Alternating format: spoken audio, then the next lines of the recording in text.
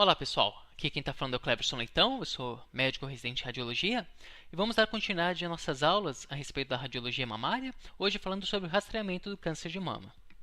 Bem, rastreamento por definição é a detecção precoce de uma doença, ou seja, você diagnosticar a doença antes que ela gere sintomas, de forma que você tenha um diagnóstico precoce, o que aumenta muito a chance de tratamento bem sucedido.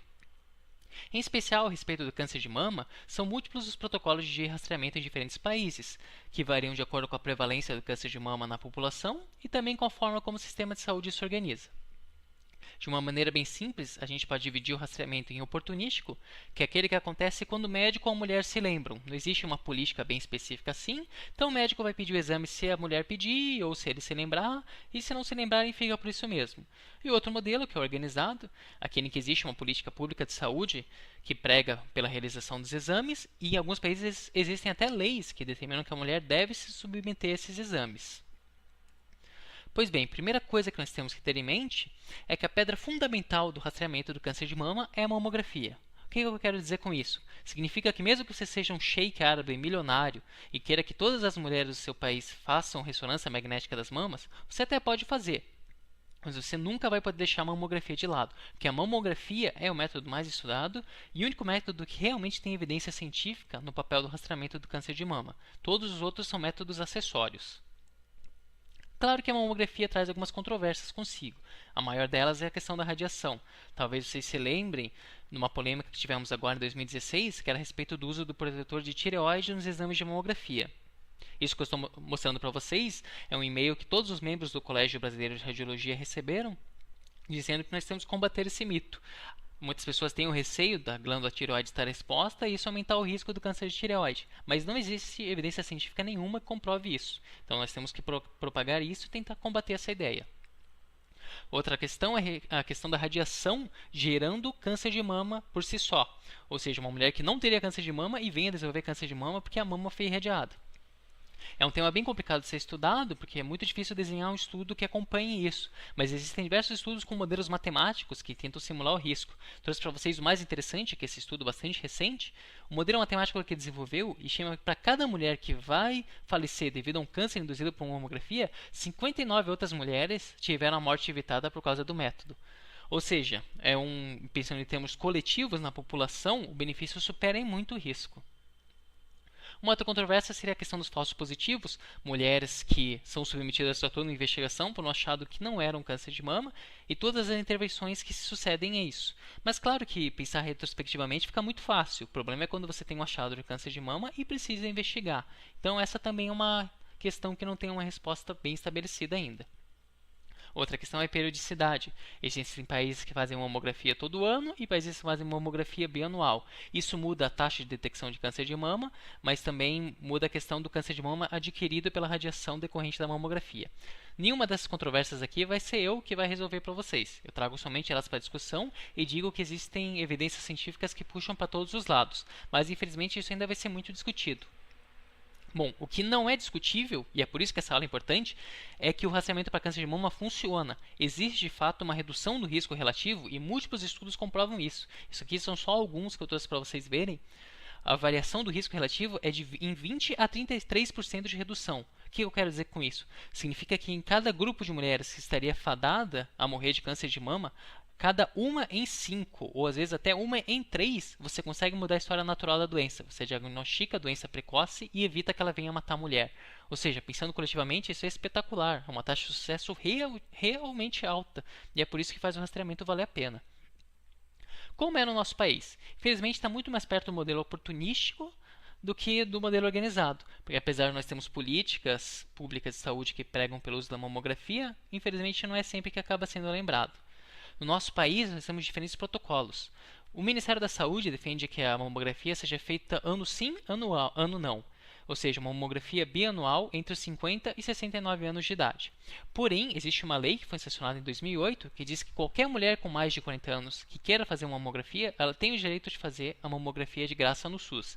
Então, apesar de ser preconizado o rastreamento a partir de 50 anos, já com 40 anos para frente, a mulher pode fazer uma mamografia sempre que quiser. Porém, o Colégio Brasileiro de Radiologia, a Sociedade Brasileira de Mastologia e a Federação Brasileira de Ginecologia e Obstetrícia têm um guideline próprio, que é o que eu vou explorar daqui para frente. Basicamente, as recomendações variam de mulher para mulher de acordo com o risco estimado dela vir a desenvolver câncer de mama. O que eu quero dizer com essa questão de risco estimado? Bom, existem diferentes calculadoras de risco baseado na história familiar e na história pessoal da mulher. Eu trouxe para vocês aqui dois exemplos. Um é o Bodseia, da Universidade de Cambridge. É só acessar na internet, é bastante fácil de encontrar. Uma série de perguntas que o médico e a paciente preenchem, que vai dizer um percentual de risco em relação à população geral que a mulher tem em desenvolver câncer de mama. Uma alternativa, esse aqui da Cambridge, é um do Instituto de Medicina Preventiva de Londres, que é chamado de IBIS. Enfim, duas calculadoras que vocês podem usar que vão dizer para uma determinada mulher qual o risco que ela tem de desenvolver câncer de mama ao longo da vida. E é baseado nesse cálculo que essas nossas sociedades determinam seus guidelines. Em primeiro lugar, mulheres da população em geral, que não têm um risco estimado maior de desenvolver câncer de mama, são as mulheres que vão fazer uma mamografia bilateral anualmente, ou seja, não é ano sim, ano não, é todo ano, começando com 40 anos de idade. Essas mulheres vão fazer pelo menos até os 69 anos de idade, todo ano, mamografia.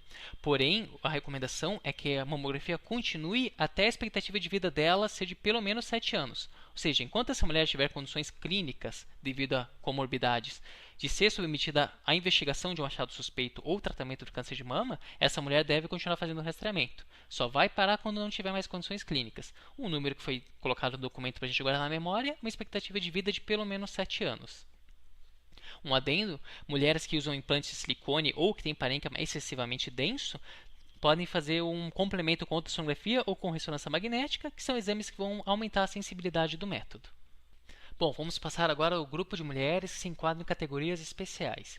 Em primeiro lugar, as mulheres que fizeram cálculo com a calculadora e têm um risco estimado maior ou igual a 20% de desenvolver câncer de mama ao longo da vida. Ou mulheres que possuem mutação no gene BRCA1 ou BRCA2, ou ainda mulheres que têm parentes de primeiro grau com uma dessas mutações. Essas mulheres começam o rastreamento mais cedo e associam ressonância magnética, não fazem só a mamografia. Essas mulheres ou começam com 30 anos de idade ou 10 anos antes da familiar mais jovem acometida. Então, se a mulher teve uma parente de primeiro grau com câncer de mama aos 37 anos, ela começa com 27 anos. Se não teve nenhum caso desses, começa com 30 anos de idade, mas nunca vai fazer mamografia antes dos 25 anos de idade, porque é um método menos sensível e por causa da sensibilidade do tecido mamário jovem à radiação. E as mulheres têm que fazer também a ressonância magnética, que vai iniciar aos 30 anos de idade. Segundo grupo de mulheres em categoria especial, são as mulheres com síndromes que aumentam o risco de câncer de mama, como a síndrome de Cowden ou de Li-Fraumeni, ou que têm um parente de primeiro grau com essa doença. Ou mulheres que já fizeram biópsia de alguma lesão e essa biópsia mostrou um resultado histológico compatível com lesão precursora ou com câncer de mama, que são essas descritas aqui. Então, prestem bem atenção no que eu acabei de dizer. Câncer de mama é risco para câncer de mama. Essas mulheres fazem o tratamento e voltam para o rastreamento com um olhar ainda mais especial, porque elas são pacientes com fator de risco. Essas pacientes, então, começam o rastreamento já no momento do diagnóstico. Não tem por que esperar, porque elas já têm um fator de risco nesse momento. Lembrando que nunca antes dos 25 anos de idade, como já expliquei. E vão fazer também a ressonância magnética, porque são mulheres de alto risco, começando já junto com a mamografia no momento do diagnóstico, mas não antes dos 30 anos de idade. E por fim, mulheres do último caso espacial são aquelas que foram submetidas à radioterapia torácica com menos de 30 anos de idade, principalmente mulheres que tiveram doença de Hodgkin. Essas mulheres tiveram tecido mamário exposto à radiação, então têm um maior risco de desenvolver câncer de mama. Aguarda-se um período de 8 anos, que é o período de latência, e é depois desse período que você começa o rastreamento. Lembrando que nunca antes dos 25 anos de idade. Rastreamento com mamografia e com ressonância magnética. Ou seja, depois de 8 anos do fim da radioterapia, rastreamento anual com mamografia e com ressonância magnética a partir dos 30 anos.